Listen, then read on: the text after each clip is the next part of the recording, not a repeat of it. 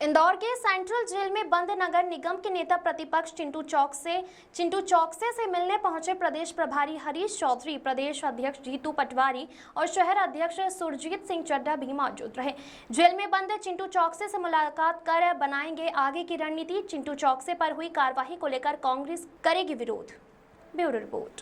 कि लोकतंत्र की हत्या के कई प्रकार होते हैं, उसमें एक प्रकार होता है कि पॉलिटिकल वेंडेटा के रूप में विपक्ष के कार्यकर्ताओं को डराना, धमकाना, प्रशासन से अलग अलग तरीके से यातनाएं देना, विपक्ष के नेताओं को बदनाम करना और लगातार अपने पापों को छुपाना।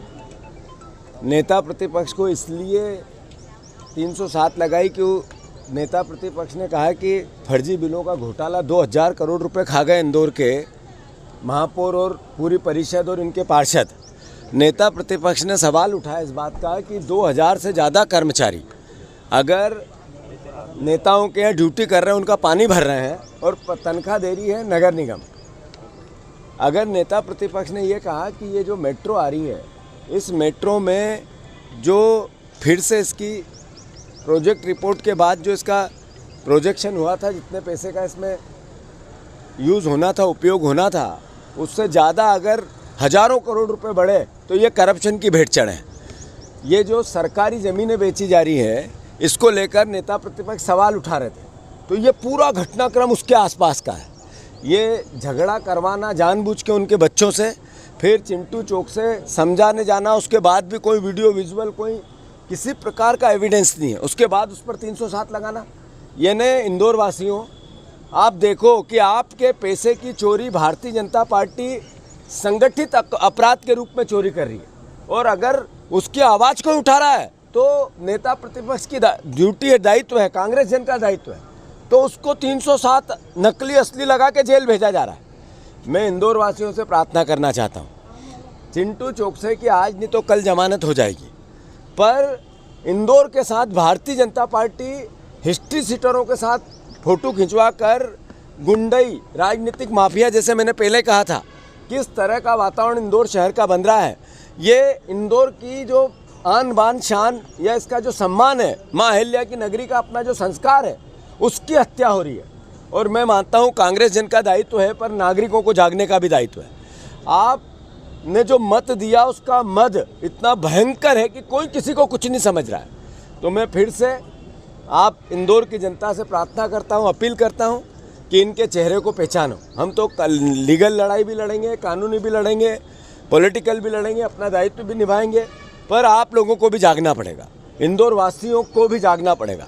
अगर नहीं जागोगे तो आज चिंटू का नंबर आया है, कल किसी न किसी रूप में वो हर व्यक्ति जो इनके खिलाफ जाएगा उसको भी इसी तरीके से यातनाएँ देंगे। तो हम पूरी पार्टी चिंटू के साथ है, चौकसे जी के, और मैं मानता हूँ हमें कानून पर भरोसा है। और 307 लगनी थी तो उधर भी लगनी थी, ज़्यादा इधर लगी है, इनके पक्ष में लगी है। पर जिस तरह के हठधर्मिता चल रही है, जैसा मैंने कहा, प्रशासन, पुलिस जिसका दायित्व है इस कानून व्यवस्था को चलाने का, वो भी एक तरह से नौकरी हो गई, दिहाड़ी। कल भी मैंने बोला था, नौकरी नहीं कर रहे हैं, दाड़की कर रहे हैं बीजेपी के नेताओं के यहाँ।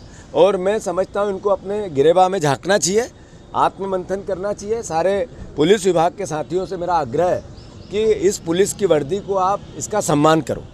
अगर इतना अपमानित होंगे तो ये जगह जगह पुलिस की जो पिटाई, यही टीआई को मारा गया था, क्यों मारा गया था? क्योंकि पुलिस की वर्दी बायस्ड हो गई, इसलिए मारा गया था।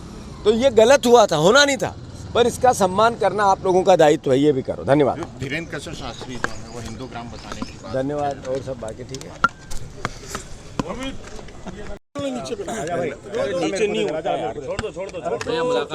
राजनीतिक देश भावना से चिंटू चौकसी जी और उनके परिवार के साथ जो गलत मुकदमा दर्ज हुआ है और गलत तरीके से उनको यहाँ जेल में डाला गया है, वो निंदनीय है। इनके खुद के भतीजे के जो चोट लगी है, गंभीर चोट है। डॉक्टर ने भी उनको 48 घंटे की ऑब्जर्वेशन में रखा है, तो ये अपने आप में सिद्ध होता है कि वो चोटें काफ़ी गंभीर हैं। उसके बावजूद सिर्फ राजनीतिक देश भावना के कारण ये मुकदमे हुए पूरे प्रदेश में। यही हालात है। आज अखबार सुबह आप लोग देखो तो क्या क्या चीज़ें भारतीय जनता पार्टी के नेता कर रहे हैं, उनके पदाधिकारी क्या कर रहे हैं, ये पूरा मध्य प्रदेश देख रहा है। ये जो सत्ता का अहंकार है उसमें ये लोग मानवता भी भूल गई है। अभी आपकी मुलाकात हुई, अंदर क्या बातचीत हुई है? ये बिल्कुल मुलाकात हुई है, कांग्रेस परिवार चिंटू चौकसी जी के साथ में है, प्रदेशाध्यक्ष और तमाम इंदौर के नेतृत्व चिंटू चौकसी के साथ है। हम लोग कानूनन तौर के ऊपर ये लड़ाई लड़ेंगे और सड़क पर भी ये लड़ाई लड़ेंगे। राजनीति दबाव दिख रही है गिरफ्तारी के पीछे? नहीं, पूरा मुकदमा ही गलत है, मुकदमा का आधार ही गलत है। 307 का मुकदमा ही नहीं था। उल्टा इनके भतीजे के जो चोट आई हुई है, कोई भी जाकर देख सकता है। सामान्य सा अगर मेडिकल के समझ सकता है वो जाकर उसको देख ले, उनको पता चल जाएगा कि चोट गंभीर किसकी है, ये झगड़े का कारण क्या है। कोई भी जाकर इसका शोध कर ले तो पता चल जाएगा। क्या आपने ये जानबूझकर झगड़ा किया गया और ये पहले दफे नहीं हुए, लगातार ये झगड़े कराने की कोशिश की जा रही है। पर चिंटू चौकसी की आवाज़ नहीं दबेगी, चिंटू चौकसी नहीं दबेगा, कांग्रेस की आवाज़ नहीं दब सकती है, कांग्रेस नहीं। कोई शिकायत आपने की जो भतीजे को चोट आई उसको लेके? हाँ बिल्कुल, FIR दर्ज करवाई गई। जो चिंटू चौकसी पर धारा चिंटू हाँ। चौकसी की ओर से कोई एफआईआर नहीं हुई अब तक? नहीं बिल्कुल हुई, आप पता करो। ये बिल्कुल चिंटू हो चौकसी पर धाराएं लगी हैं, क्या इसे कोर्ट में चुनौती दी जाएगी? नहीं बिल्कुल गलत धारा ही है। 307 का मुकदमा ही नहीं है, धारा ही नहीं होनी चाहिए। ठीक।